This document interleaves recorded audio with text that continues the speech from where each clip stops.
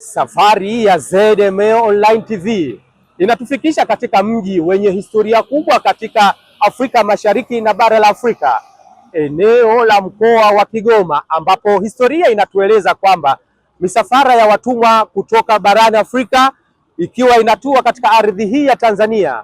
Watumwa hawa walikuwa wanafika katika eneo hili wakisafirishwa kuelekea katika bandari ya Bagamoyo na kituo cha Zanzibar. Baada ya hapo husafirishwa kuendelea katika maeneo mengine kwa ajili ya shughuli mbalimbali za kiuchumi. Wakati huo ZMA Online TV imetufikisha katika mkoa wa Kigoma, ambapo jambo kubwa lililotuleta hapa ni maadhimisho ya siku ya mabaharia duniani mwaka 2026, ambapo timu za mamlaka ya usafiri baharini Zanzibar ZMA kwa kushirikia na shirika la wakala na meli hapa Tanzania TASAC, kupitia wizara zetu, Wizara ya Ujenzi na Uchukuzi, Serikali ya Mapinduzi ya Zanzibar na Wizara ya Ujenzi hapa Jamhuri ya Muungano wa Tanzania, ndio tunakwenda kuadhimisha jambo hili kubwa ambalo litatukutanisha hapa kwa muda wa siku 5, tukiwa tuna shughuli mbalimbali ambazo tutazifanya katika mkoa huu wa Kigoma. Kulia huku tunako kuona ni barabara ambayo inatuelekeza Kigoma Ujiji, huku nako ni miongoni mwa eneo ambalo lina historia kubwa, lakini hapa kwenye roundabout tulipo na eneo tulipo ni Mwanga. Hii ni Kigoma Mwanga, na ukumbi ambao kushotoni kwetu tutakwenda muda mfupi ujao, hapo ndo kuna ukumbi unaitwa Mwanga Community Center, ndipo tukio hili la siku 5 la maadhimisho ya siku ya mabaharia duniani linakwenda kuadhimishwa katika eneo hilo. Ungana nami Suleiman Abdullah, nyuma ya kamera ninaye Saleh Abdallah Yusuf, na mpiga picha wetu Aksam Denge Kombo, naye tuko naye kuhakikisha kwamba matukio haya hayatokupita kwa wiki nzima tukiwa hapa Kigoma. Tukutakie kila laheri katika maadhimisho haya na ungane nasi katika matangazo haya tukiwa katika eneo hili. Karibu sana mtazamaji wetu. Katika bahari kuu ya Zanzibar, usalama kwanza ndilo lengo letu daima. ZMA mbele 2026 tuko katika uwanja wa Mwanga Community Center hapa Kigoma, na kilichotuleta hapa ni maadhimisho haya, na mbele yetu hapa tuko na Captain Bakari. Yeye ni kaimu mkurugenzi kule ofisi ya mamlaka ya usafiri baharini kisiwani Pemba, naye tuko naye hapa Kigoma. Tutafanya mazungumzo naye mafupi kuhusiana na maadhimisho haya. Captain, kwa nini tunaadhimisha siku ya mabaharia duniani?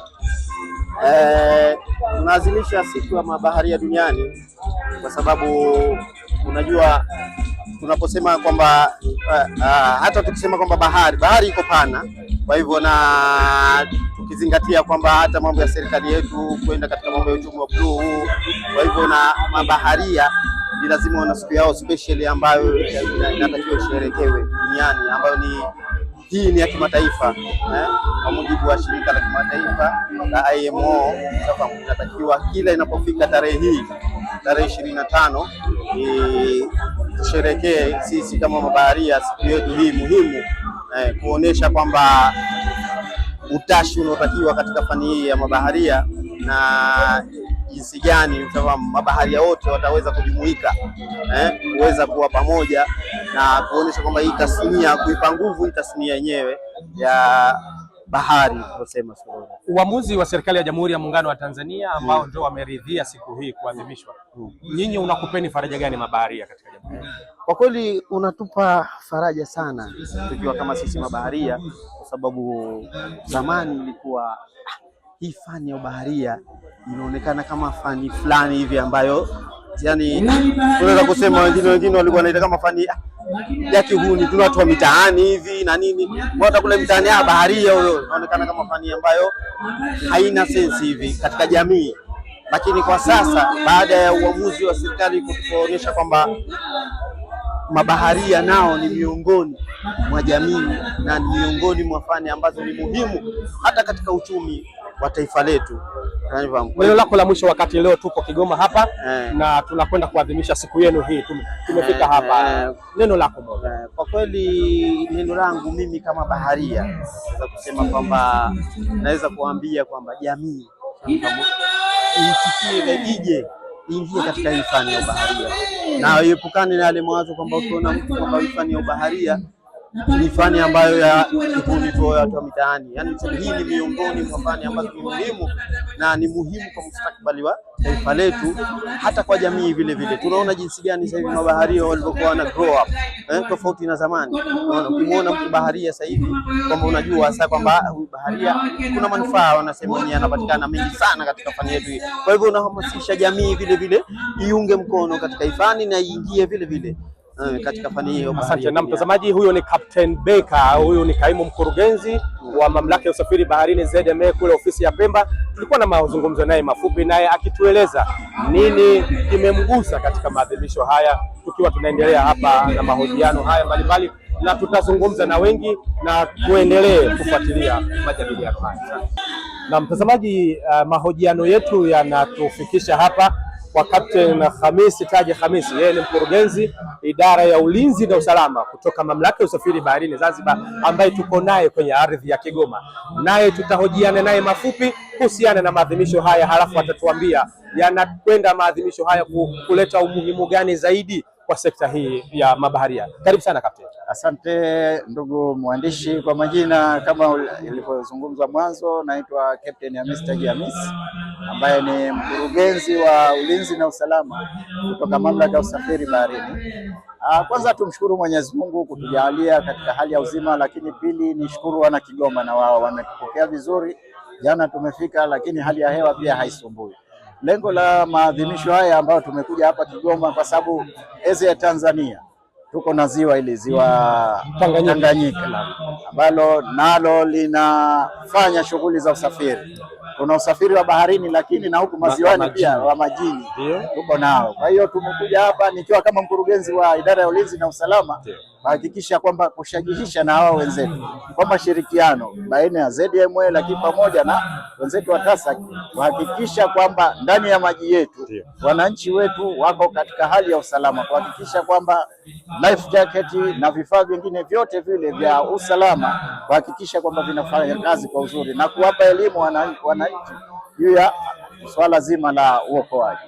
Kwa hiyo hatukukosea kuja Kigoma. Ni kabisa kabisa, kwa sababu tuko na maji ya Tanzania. Asante sana. Neno la mwisho la Captain Khamis Taji Khamis, anasema hatukukosea kuja Kigoma kwa sababu tunalo ziwa Tanganyika na maji yale lazima watu wake waweze kuelimishwa juu ya umuhimu wa kuwa na vifaa vya uokozi, na tutaendelea na majadiliano kupitia wataalamu mbalimbali katika maadhimisho haya hapa Mwanga Community Center ambapo tunakwenda kufanya jambo letu. Asante. Mtazamaji, tuko kwenye maadhimisho ya siku ya mabaharia duniani hapa Mwanga Community Center Kigoma, na jirani na banda la mamlaka ya usafiri baharini tunaye pacha wetu hapa, wakala shirika la wakala wa meli hapa Tanzania TASAC, na mbele yetu hapa tumekutana na ndugu Ali Diwani.